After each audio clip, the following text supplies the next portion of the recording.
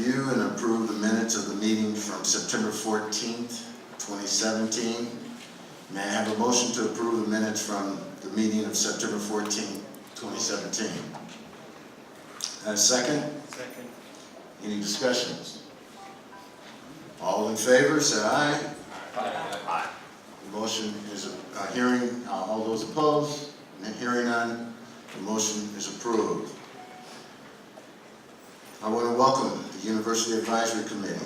Representatives presented this morning are Linda, Kathy, Barbara. Are you here today, and do you have any comments?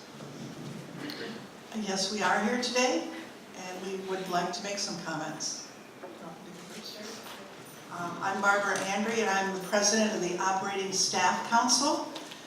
And the council is meeting right now in the Sky Room and connecting with Anna Quieter, who is providing valuable information on the potential ramifications of the tax reforms in Washington. There are many provisions that will negatively impact our students, faculty, and staff over time if they are enacted, and we want to stay up to date. I would like to address two issues that impact operating staff significantly. First, I'm gratified to see that there are 4 bargaining agreements to be reviewed for ratification by the board. Because there is a significant portion of the operating staff and faculty now involved in negotiations, some for an initial agreement and some for renewals, we are hopeful that productive movement forward will continue toward respectful and fair conclusions. It is very difficult to feel confident about the future when we feel marginalized and so much is still up in the air for our constituents. Second is the Presidential Transitional Agreement. The operating staff continues to work hard in support of NIU's success in the face of great challenges and change. We ask that the Board of Trustees also show their support by encouraging fair treatment and shared governance wherever and whenever possible. But as the students who spoke at the last board meeting said, we all need to back up our words with actions. Civil service employees are constantly being evaluated on what we do at our desk or workstation or in the buildings that we service. What we do is observed and judged. We can all speak lovely, powerful words and still act in ways that damage the university's reputation and destroy trust. I have heard from many operating staff when Doug Baker was let go that the money given to him when he was reported to be mismanaging funds and resources seemed to be throwing good money after bad. Where was the ethics clause in this contract? He was given so much after we had been told for years, there's no money for you all. Like my predecessor, Holly Nicholson, who spoke eloquently at the June board meeting, I too have been an employee at NIU for over 10 years, and I graduated from NIU with my BA in 1973. She encouraged everyone to speak positively about NIU and stop the negativity. Now we have to revisit the situation that continues to feel unfair at best to many of us. The future actions of the administration and you, the board, that clearly demonstrate your commitment to honesty, transparency, and ethical leadership will need to be bold. Implement real change and make sure, with a better presidential contract, for instance, that this kind of damage will not happen to NIU in the future. Thank you for your time and consideration. All right, thank you for your comments. We appreciate it. Any other comments? Yeah, this is Alex Gilman from the School of Theater and Dance. The recently passed or currently passing tax bill is causing a great deal of confusion and concern among our graduate students.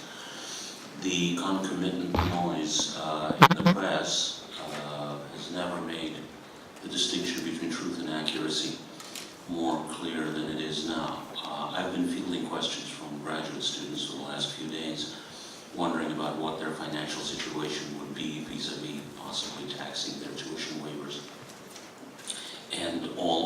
reports of their assistantship. I do not presume to know what the answer to that is, but I hope that as soon as we as an institution are able to achieve clarity on that front, that we'll be able to communicate to them confusion and uncertainty is causing a problem at least as substantial as the potential hardship that the circumstances might ultimately inflict. So if we could do our best to communicate to them as soon as we know not just what will be, but what the options are depending on what there will be, so that they know what they're doing.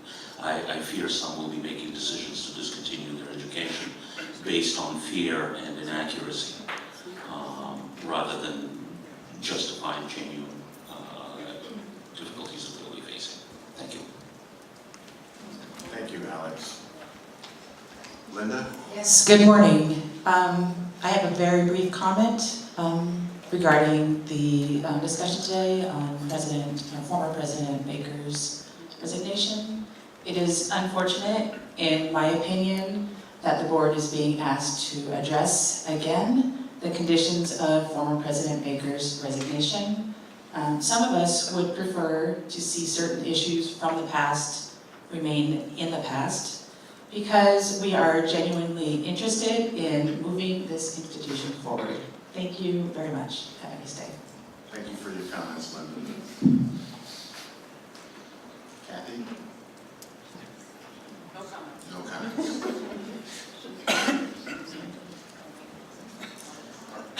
This is at the point in our agenda where we recognize members of the public who have complied with state law and the Board of Trustees bylaws by registering their written request to address the board with a parliamentarian. Mr. Brady, have you received any kind of request to address this meeting? Mr. Chair, yes, we have 5 requests. Four requests in front of me. Excuse me. 4 requests. We have 4 requests. This is what I would like to do. I'd like to remind those that are scheduled to speak today that you will be allowed 5 minutes to address the committee. And we need to keep time, and so we will track the time. Also, before we have our first guest speaker, we've got some empty seats up here, and I see a lot of people standing on the wall. And if you don't mind, it would be nice if, and if you're in a row where there are also other empty seats, can you raise your hand and let's see if we can fill in and get some of the people off the wall, if possible. Thank you.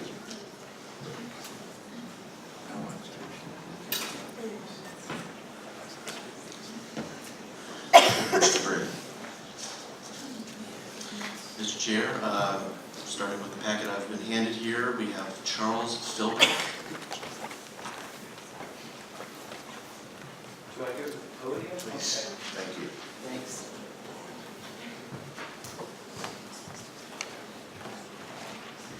Good morning. My name is Charles Philbrick. I was counsel for Misty Haji Sheikh in a matter commonly known as Haji Sheikh versus the Board of Trustees of Northern Illinois University. Ms. Haji Sheikh and her husband are abroad right now, so she was not here to be able to speak, but she did provide me some comments that she would like to make, and she's asked me to make them on her behalf. Misty Haji Sheikh would like to say, members of the Board of Trustees, today you have a chance to do what is right, to follow the law, and to show that you want to regain the trust from the students, parents, faculty, and staff, and the citizens of DeKalb. Today you are to vote on the severance package for the outgoing President Baker.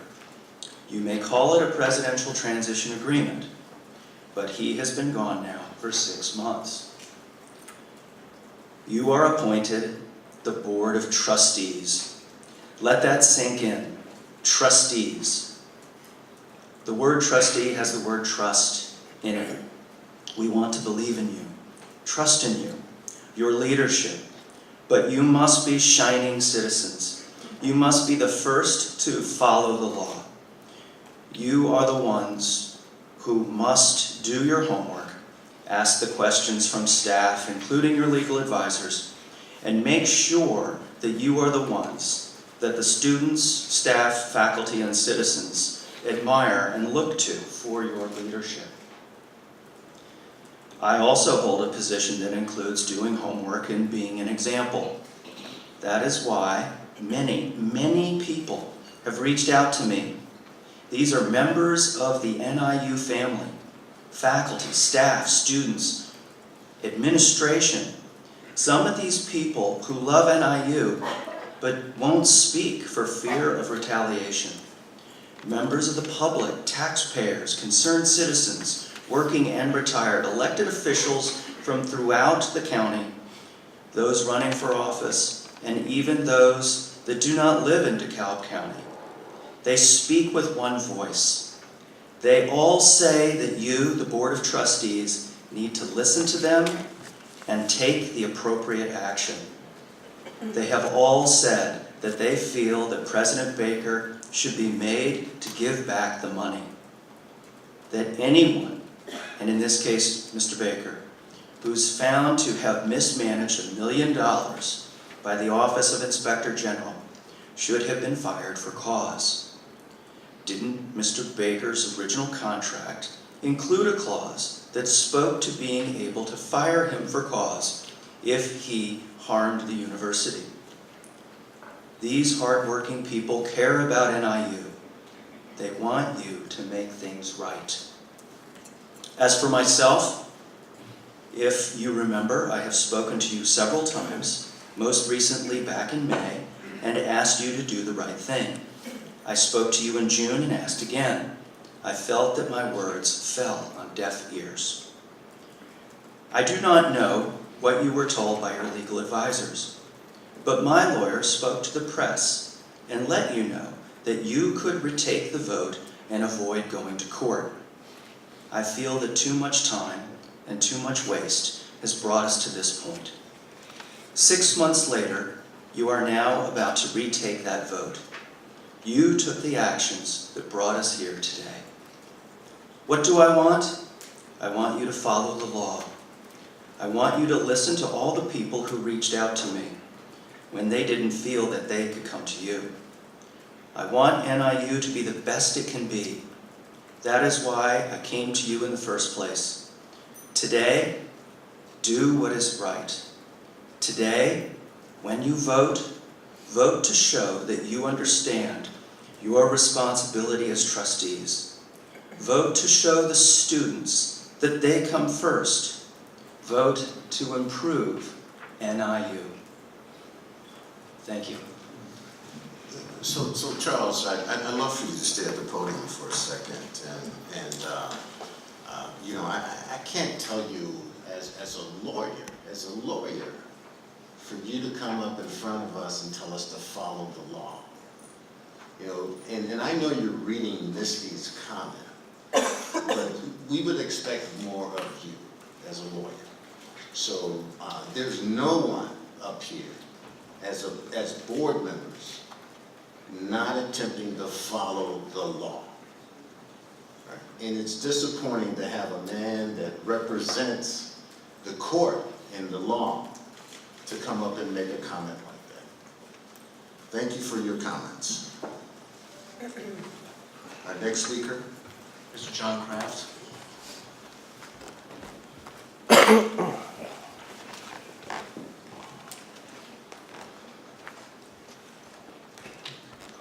I'm John Kraft. I agree with everything Misty said through her attorney. I'm glad she took it to court. It's unfortunate that the university did not follow the law when it could have. The judge even said he didn't follow the law.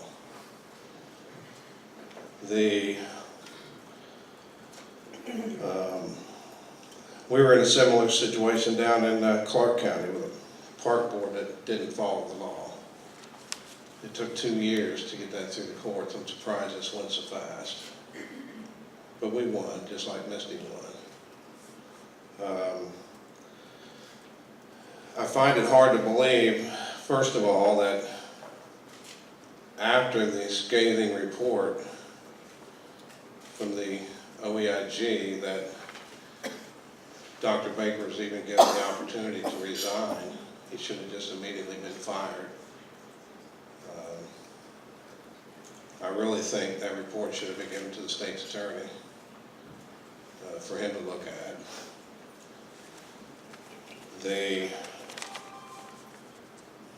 I read through his annual performance report.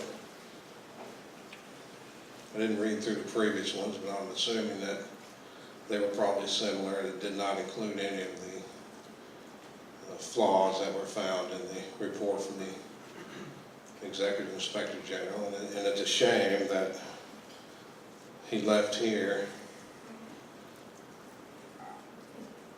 with a good report and over $500,000 in his pocket for mismanaging the university. And the trustees are appointed by the governor to manage the university in a positive way and to protect the taxpayer funds that are sent to the university, and to give somebody $600,000 because they mismanaged the university. Well, I'm sure you didn't give it to him because he mismanaged the university, but to get him out of here, to give him $600,000 when he mismanaged the university, that's not protecting public funds, in my opinion. Thank you. Thank you, John. Our next speaker. Keith Nyquist.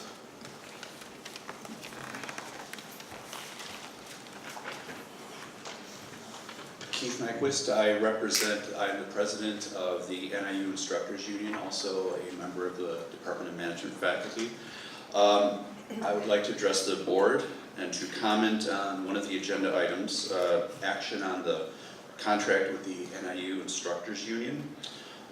Want to report that our membership has voted unanimously to ratify this contract, and that the University Professionals of Illinois has indicated its support for the agreement as well.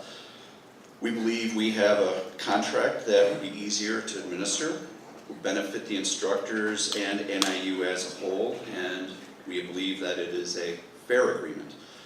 And among the changes in the contract, perhaps the most significant is the elimination of the 5-year rule, a policy that, while it is no longer enforced, put in writing that non-tenured faculty were considered temporary employees here at NIU. We are glad that we now potentially have a contract that fully recognizes our significant contributions to this university and, most importantly, to our students.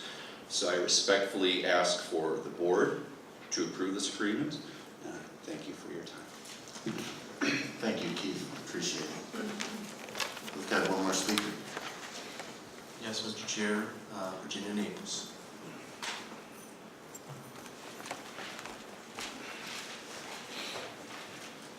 Good morning, everyone. I'm very pleased to see all of you here.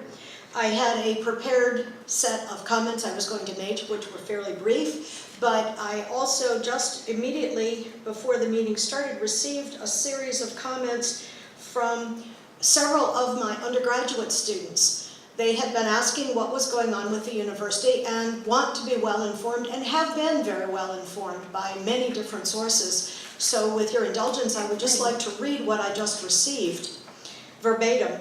This is from several students in a course in biological sciences. They are mostly juniors and seniors, and they have a lot invested in their career success here at NIU. The student reads or writes, "I recently called the health services for psychiatry and told they aren't accepting any new patients. I asked when they would be accepting new patients, if they had an enrollment period or a waiting period, and the person said they had absolutely no idea when they could accept new patients because they only have one psychiatrist, and that is serving the entire 17,000 plus student population. That individual is retiring after this year is over, and they do not have any plans to replace that person." And she suggests that this would be a very important thing that could be used from receiving back some of the severance money from President Baker, which is the main message I was going to ask, was that the Board of Trustees rescind the $617,500 from ex-President Baker, which I understand he's already received $587,500 of. And my phone just shut off on me. She says, and the other students with her say they don't believe he should be able to keep a portion of the severance fund because it was given to him as if it was a reward, and he has never been penalized for his wrongdoings against the university, the students, or the community. And it should be given back to the money for building maintenance, psychiatry, health services, faculty, and she was going on saying a co-worker her husband has worked as a professor for several years and has not had a single raise. This is true for more of us and probably longer, 8 to 9 or 10 years in fact. And that means that the faculty are earning less and less every year with the inflation costs. And because so many of us struggle to make ends meet, working multiple jobs, having to support our families, our parents, our children, and are pursuing our degrees, monetarily supporting the university, just for people who are supposed to help us reach our dreams and make the path just a little bit easier. Instead, they steal from us and get paid more than they deserve. And this is what she's and the other people are saying about the ex-president. He does not need the money when students who shell out tens of thousands of dollars just for tuition pay for things that should already be included in the price of tuition, including textbooks and other materials. There are many other things that are needed. Some of the things that she goes on to talk about is that there's an average 6 months wait for mental health services for students, and that if they are turned away, they don't have any other resource. And also, they have problems with having laboratories not having sufficient equipment because equipment is broken. She cites that some of the chairs in chemistry laboratories are insufficient for the numbers of students and they end up sitting on I-beams. So she requests that additional support facilities be provided, and there are not enough staff to do all of the things that they need to do, and is the campus being made effectively safe enough for all of our students? I summarized, but I will be happy to forward this set of statements to our Board of Trustees because there is a lot more to it. It was very well crafted and written, and I was extremely impressed by the dedication and interest and understanding of the issues these students displayed. The one additional thing I would like to say, in addition to I would plead that the Board of Trustees would get back the $617,500, is that I would very much like to see, although there are literally dozens of worthy projects, that the money be provided to increase the salary increments for staff and faculty, and especially our graduate assistants who barely make a living wage to begin with, and who are additionally threatened by potential federal income tax changes. So I cannot ask for additional money by agreement from the UFA, the United Faculty Alliance, with our administration. We would not turn down any gifts that were offered to us, but we would very much like to support the idea that all of our other cohorts of employees in all the different categories at the university receive this money, which is essentially not in the budget because it has already been considered spent. If we can indeed get it back, it would be a windfall, and that would make our Board of Trustees have a wonderful means of having improved the reputation of NIU, taking us in a better direction than we had been in the past. Thank you. Thank you, Virginia. I'm assuming that's our last speaker, is that correct? That is correct, Mr. Chairman. I'd like to make a few statements. I've got some written statements here prepared, and as board chair, I'm going to be the trustee that speaks to the matter of the presidential transition agreement. Although it is the board's general practice not to specifically comment on the pending litigations, the board is currently weighing its options following the judge's most recent ruling. I will comment on the board's keystone objective, and that is to do what is best or what is in the best interest of the university.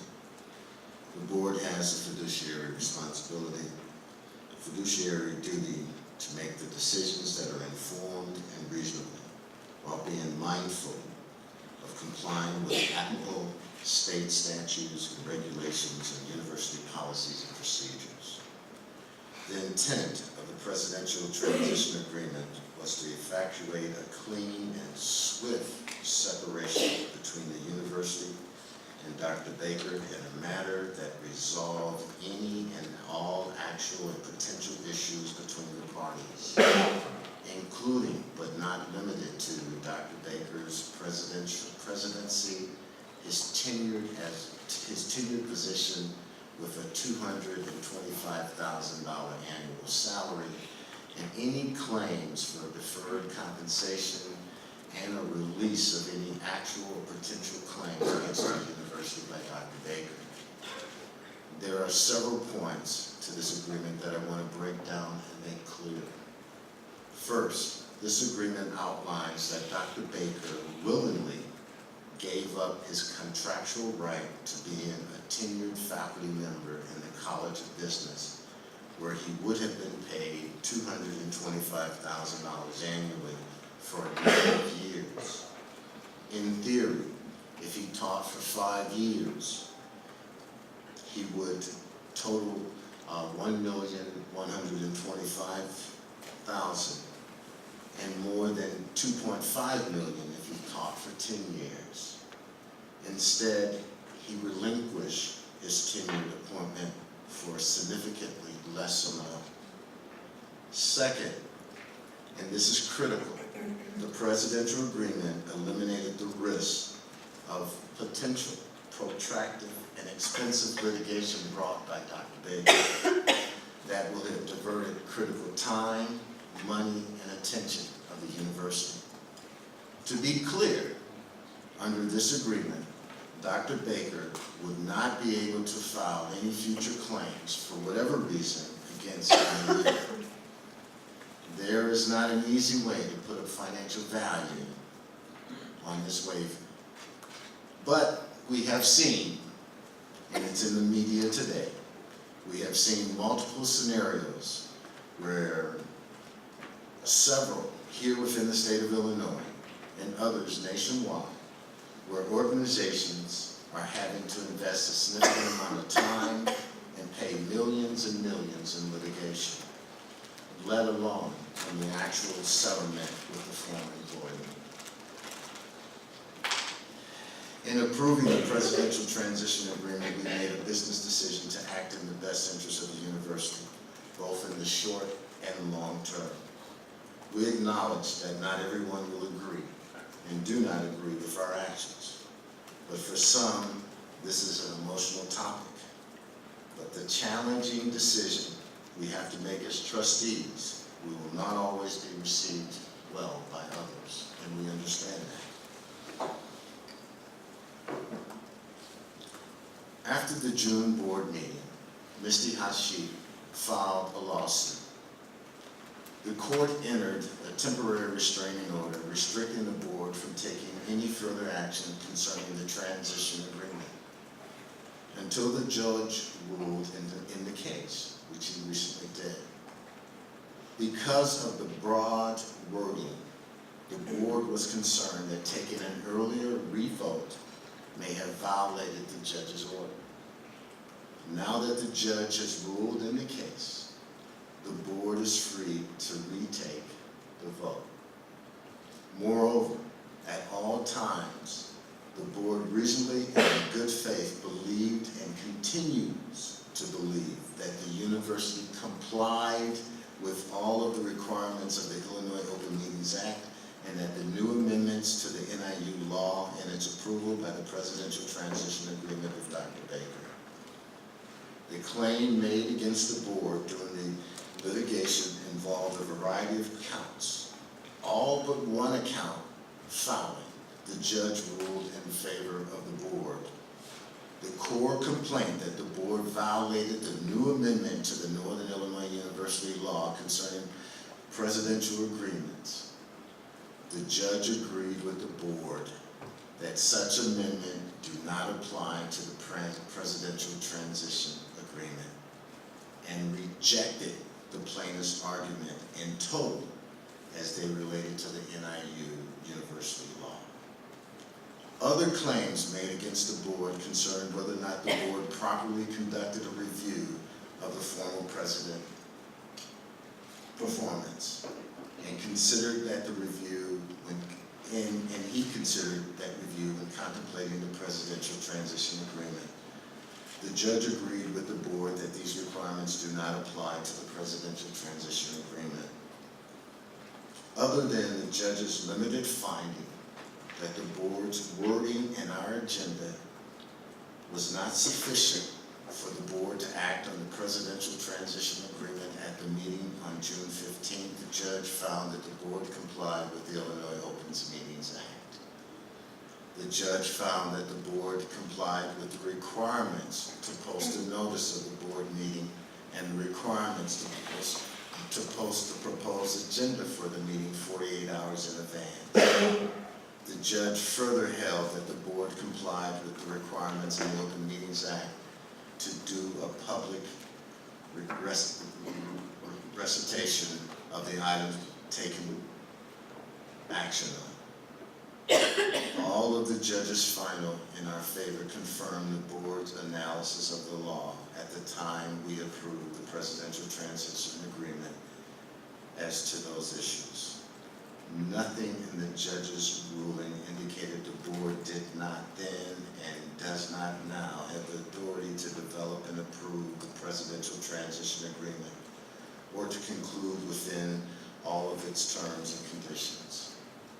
As for the wording on the agenda item, there's little guidance on what is required to fulfill the Open Meetings Act's requirement that the general subject matter of the item be posted in advance. Even the judge in this case noted that there's no court ruling that he could find that defines general subject matter.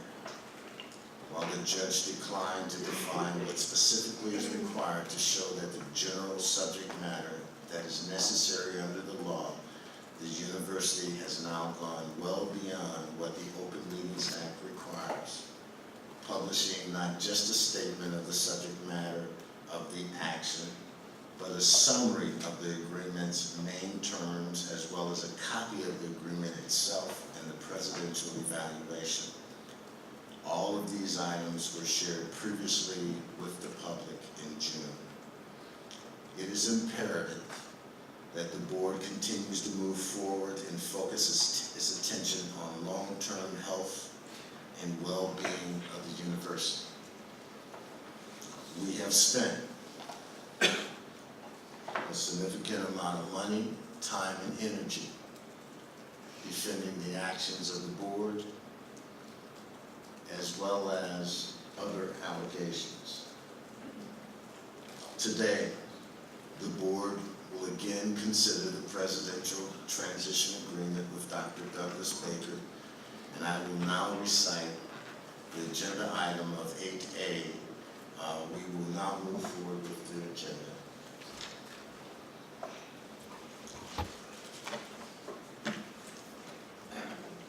Agenda item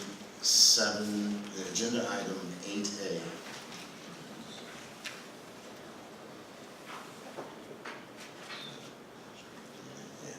So let me point out that normally at this time during the meeting, we would have a verbal report from all the committee chairs and liaisons. However, in order to complete our business today in a timely manner, we have elected to place the report written formats as information under agenda item 7, the board report. Do any trustees have any questions in regard to this item?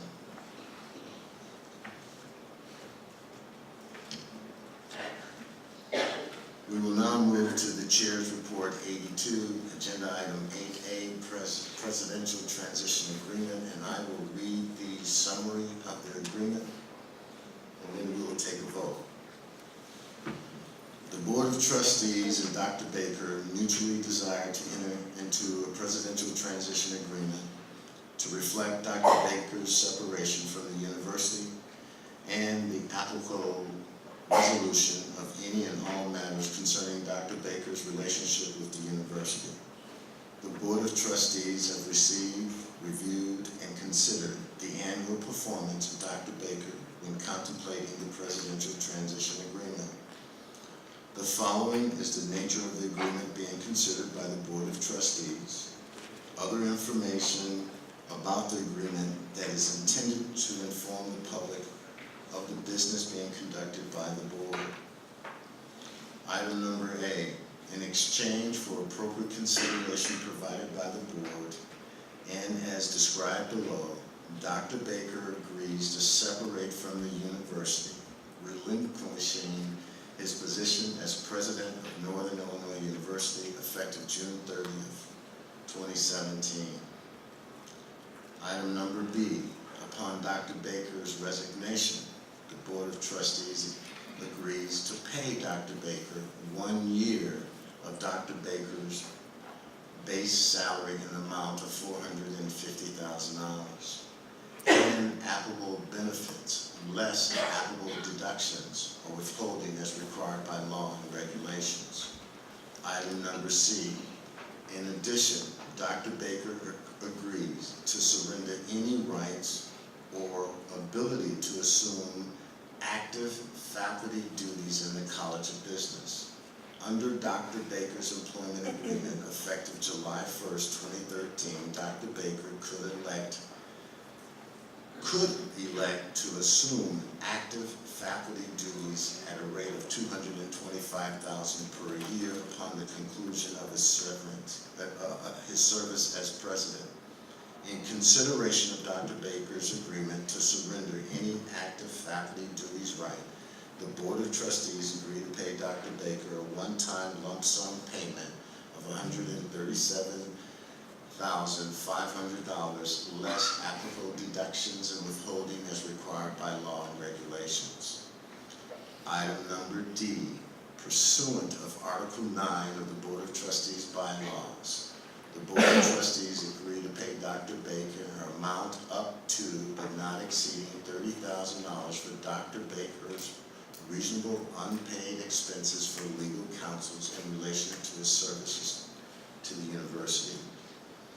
Item number E, Dr. Baker has agreed to leave the university president's official residence on or before July 31st, 2017. Item number F, Dr. Baker agrees that other than the payment set forth above, no additional amount payable to Dr. Baker under the provision of the agreement. Dr. Baker further releases any claims related to his employment at the university existing on or before the execution of the agreement, and agrees to waive any rights to use a university internal grievance or appeal process or any other administrative or judicial process for such claim. So, for approval, the board hereby agrees to the terms and conditions outlined above, and the authority of those terms and conditions to be reduced to a mutually agreed written presidential transition agreement between the board and Dr. Baker. At this time, I am looking for a motion to approve the terms and the conditions of president transition agreement between the board and Dr. Baker. Can I get a motion? I so moved. Can I get a second? Second. Are there any discussions on this matter? If I may, members of the board, before you have a copy of the presidential evaluation from 2017 for Dr. Baker. This is information that you have previously reviewed and considered. It is information that has been posted on the Northern Illinois University website for the Board of Trustees since June. I ask that you take a moment to review and consider that document before this vote is taken. I'd like to pause for a second, and I know all of our trustees have read the presidential performance agreement, and I know all of you have read the transition agreement, but I'd like to just take a moment to give anybody an opportunity to refresh their memory before taking a vote on what's in front of you.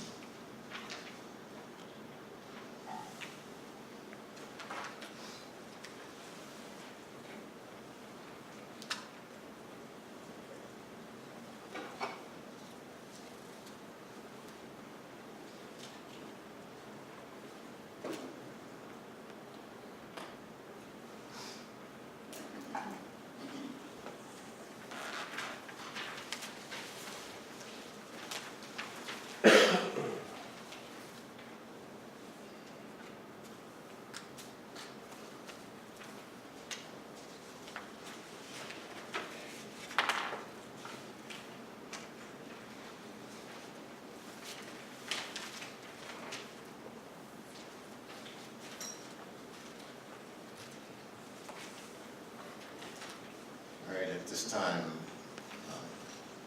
unless there's any further comments, I'd like to take this motion to a vote. All those in favor say aye. Aye. Aye. All those opposed? Hearing none, the motion passes.